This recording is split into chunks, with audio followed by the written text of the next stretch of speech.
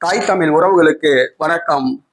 நள்ளிரவில் சீமானை தாக்க முயன்ற திமுக பிரமுகர் என்ற தலைப்பில் இந்த காணொலியை நாம் காண்கிறோம். கடலூரில் விருத்தாச்சலத்தில் அரசு ஊழியர்களுடைய மாநாடு நடைபெற்றது. அந்த மாநாட்டில் நாம் தமிழர் கட்சி தலைமை ஒருங்கிணைப்பாளர் செந்தமிழன் சீமான் கலந்து கொண்டு உரையாற்றிவிட்டு காரில் பயணித்துக் கொண்டிருந்தார். சீமான் அவர்களுடைய காரை அடையாளம் கண்டுகொண்ட ஒரு திமுக பிரமுகர் வழிமறித்து சீமானை தாக்க முயற்சித்துள்ளார். அங்கே கைகலப்பு ஏற்பட்டுள்ளது. காவல்துறை வேடிக்கை பார்த்துள்ளது. பிடிபட்ட அந்த திமுக பிரமுகர்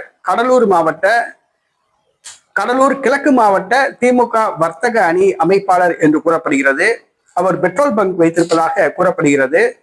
சரியான குடிபோதையில் இருந்ததாகவும் கூறப்படுகிறது. அவரை பார்க்கும் பொழுது பெட்ரோல் பங்க் உரிமையாளர் என்று தெரியவில்லை. அவர் கடலூரை சார்ந்த அமைச்சர் தாமோ அன்பரசனின் பினாமி என்று கூறப்படுகிறது. தாமோ அன்பரசன் அந்த ரங்கன் பெயரில் பெட்ரோல் பங்க் நடத்துவதாக கூறப்படுகிறது. அந்த ரங்கன் சரியான குடிபோதையில் இருந்துள்ளார். சீமானை வழிமறித்து தாக்க முயற்சித்துள்ளார். காவல்துறை வேடிக்கை பார்த்து கொண்டிருந்தது. இதில் வேதனையான என்ன விஷயம் என்று சொன்னால், காவல்துறையே வேடிக்கை பார்த்தது. சீமானை தாக்க முயற்சித்த நபரை கைது செய்ய சொல்லி நாம் தமிழர் கட்சியினர் நள்ளிரவில் போராட்டம் நடத்தினர். கருத்தியல் ரீதியாக போராட வேண்டும், வாதம் பண்ண வேண்டும், தர்க்கம் பண்ண வேண்டும். அதை விட்டுவிட்டு வன்முறையை கையில் எடுத்தீங்கன்னா அது நல்ல அறிகுறி அல்ல. திமுக இன்னைக்கு ஆட்சியில இருக்கும்போது வேண்டுமானால் இந்த வன்முறையை கையில் எடுக்கலாம். ஆனா இன்னும் ஒரு 5 மாசம் தான். இந்த 5 மாசத்துக்கு பிறகு 50 ஆண்டுகள் ஆனாலும் கூட திமுக மீண்டும் ஆட்சிக்கு வர முடியாது. அதுதான் இப்ப உள்ள நிலைமை. அதை திமுக புரிஞ்சுக்கணும். ஏன்னா கடந்த 4.5 ஆண்டு காலமாக திமுக மக்கள் விரோத அரசை நடத்தி கொண்டிருக்கிறது. தெருக்கள் பூரா குப்பை, கொசு தொல்லை, சாலைகள் குண்டும் குழியுமா இருக்குது. கொசு மருந்து வெடிக்க வண்டி வரல. மக்களுக்கு ஒரு நல்ல திட்டங்கள் எதையுமே நிறைவேற்றல.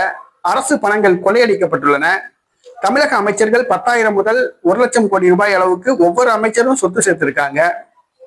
ஆக திமுக மக்கள் விரோத ஆட்சி நடத்தி வருகிறது. திமுக கவுன்சிலர் முதல் சட்டமன்ற உறுப்பினர் முதல் பாராளுமன்ற உறுப்பினர், அமைச்சர்கள் அனைவரும் கோடி கோடியாக சொத்து சேர்த்துள்ளனர். இந்த 4.5 ஆண்டு காலம் தமிழக கஜானாவை திமுக காலியாக்கியுள்ளது. தமிழ்நாட்டின் மீது கடன் சுமையை ஏற்றி வைத்துள்ளது. அதுதான் உண்மை. இன்னைக்கு சாதாரண பெண்களே புரிஞ்சுக்கிட்டாங்க.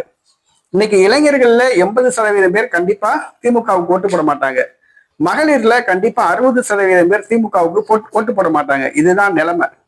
ஆக வருகிற சட்டசபை தேர்தல் பிறகு திமுக 50 ஆண்டுகள் ஆனாலும் கூட திமுக இனிமேல் ஆட்சிக்கு வர முடியாது என்பதை திமுகவினர் புரிந்து கொள்ளணும்.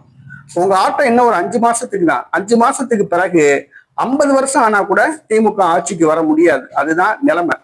ஆக திமுக கருத்தியல் ரீதியா கருத்து சொல்லணும், கருத்தியல் ரீதியா போராடணும். அதை விட்டுவிட்டு வன்முறையை கையில் எடுப்பது இது நாகரிகமான ஒரு செயல் அல்ல என்பதனை தெரிவித்துக் கொள்கிறோம்.